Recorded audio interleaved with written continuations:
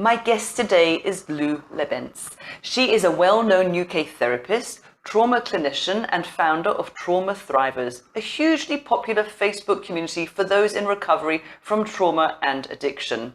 Previously, Lou has worked in rehab at the Priory Hospital in Roehampton, and before that in both the rag trade and the radio industry.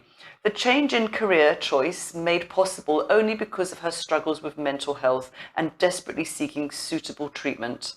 Her current mission now, she recognises, trauma sits underneath most mental health conditions, is to move beyond individual work so that she can educate and trauma-inform groups. She says, "If I could enlighten as many people as possible on how to recognise and rectify trauma within themselves and others, not only would that help us all to do the personal work required, but we could also stop repeating the mass re-traumatisation within our society, our species, and ultimately our world." So, welcome to the show, Lou. How lovely to have you with me. Thank you, Madeleine. Thank you for inviting me. I feel very honoured to be here. Oh, it's a pleasure. I know we've been trying for months, so I'm pleased we've finally managed to get a time to suit us both. And for those listening, I am so in awe of the work that Lou does, but she's also a very dear friend. So this feels a very special episode. So as you know, the very first question I ask every guest who comes on is, what does that word unbroken mean to you? Oh, I was thinking about this morning because I wondered whether you would ask me this. I ask everybody this.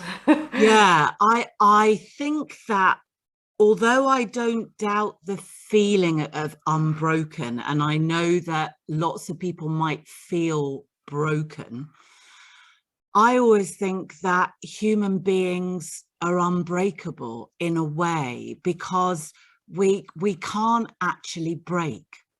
We can feel broken, but we can't break because our cells and our synapses and our connections between our mind and body don't snap.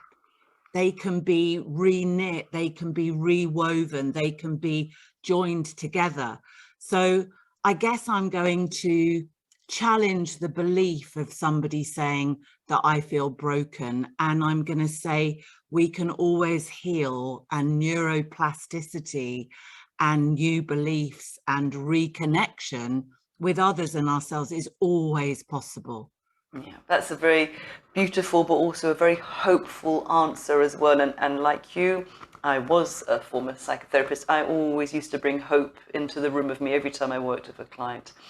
So some people, Lou, have had a big major life incident, but you really have had a bit of a catalogue, haven't you?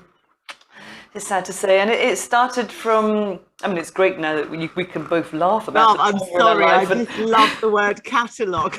Well, it feels, when I was reading through and just, remembering all that you've been through, but from such a little age, from just age 4, you found yourself abused, didn't you? Yeah, and it's interesting, the catalogue, because I also think about the sexual trauma, which I know that we share, and I was 4, and it was a female, actually. It was the babysitter, which is unusual, but not impossible. Yeah. And then also at 19, I unfortunately was raped again, so the sexual trauma repeated.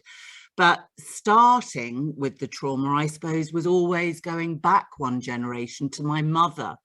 So my mother was abused at 4 and she was raped at 19. Wow. So I think it's a really interesting intergenerational aspect. And she was a Barnardo's kid. She was saved by the NSPCC when she was 4 or 5 and put into Barnardo's, and then adopted by a Victorian spinster who lived in Frinton-on-Sea.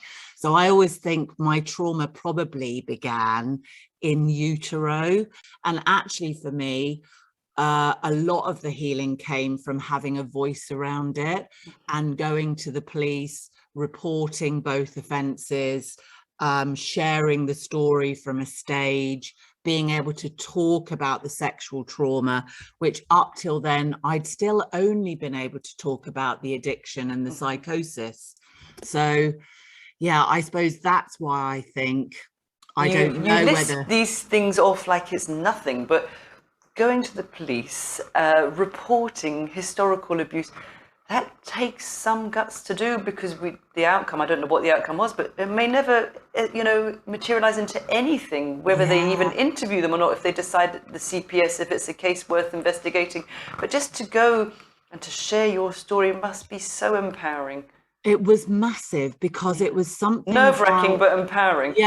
something about sharing your voice with authority figures and what they represent in some way. And I'm just thinking, for that little 4-year-old who felt like she never had a voice, and that theme continued for years and years till after you were really 19. Yeah, absolutely. You've taken all those parts of you with you to report. Yeah. And it's funny, isn't it, what's outside of our conscious awareness? And I don't want to terrify people that are listening, but, I wasn't really aware that I still needed to do work on it. I thought I dealt with it. Yes, we And all do that. I used to take my own clients to the police. I used to take my own clients who had been through sexual trauma to report it to the police, thinking that I didn't need to do it. Completely unaware. And what difference did it make when you actually did report it and have it written down and be listened to and be believed and find your voice and all of that? Yeah, huge. I think the first thing was I couldn't comprehend how there was still so much emotion on it. Yeah. I couldn't comprehend that, but actually that felt to me it was the last piece, and maybe it won't be the last piece. Maybe we'll do another podcast in 5 years time and go, oh, mad, you never guess what. But I found another piece of the jigsaw. It was hiding under the carpet, the corner piece. Exactly.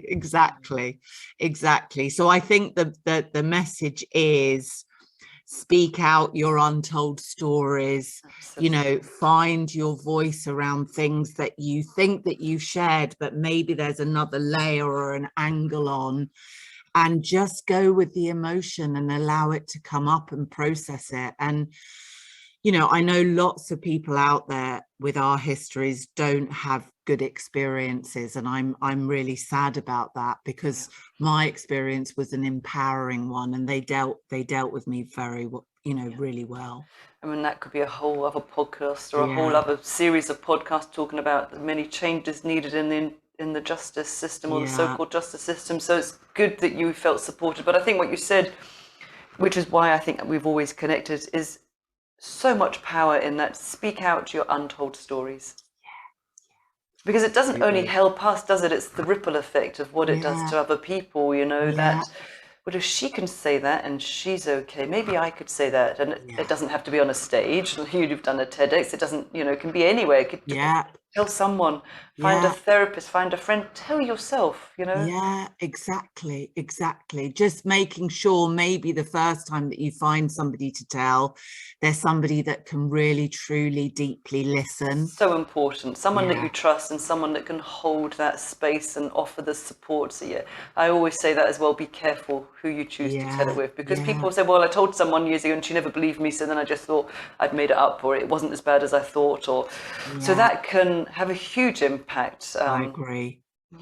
I think that I really truly believe that nobody is broken, and I believe that we can all, I'm not going to use the word fix, because I don't like the fixing of things. I think it's the reconnection of things. It's the knitting together, it's the gelling together of your own parts within yourself, and you not having that break or that disconnect between you and your adapted self and your wounded self, because that's where the break exists, I think, between us as humans. And once we reconnect to our stories and those parts of us and our wounding and our adaptation, and we accept and appreciate it all, there is nothing broken about us. That is a beautiful place to end. So it's ungluing and sticking ourselves back together. Yeah, lovely. Thank you so much, Lou, for coming on the show. It's been an Pleasure. absolute pleasure. Yeah. Wish we'd done it months earlier, but hey, Oh, we've done it now. we've done it now. Yeah. Thank you for inviting me, and I really hope it's useful to whoever's listening. So There's no hope. It will be.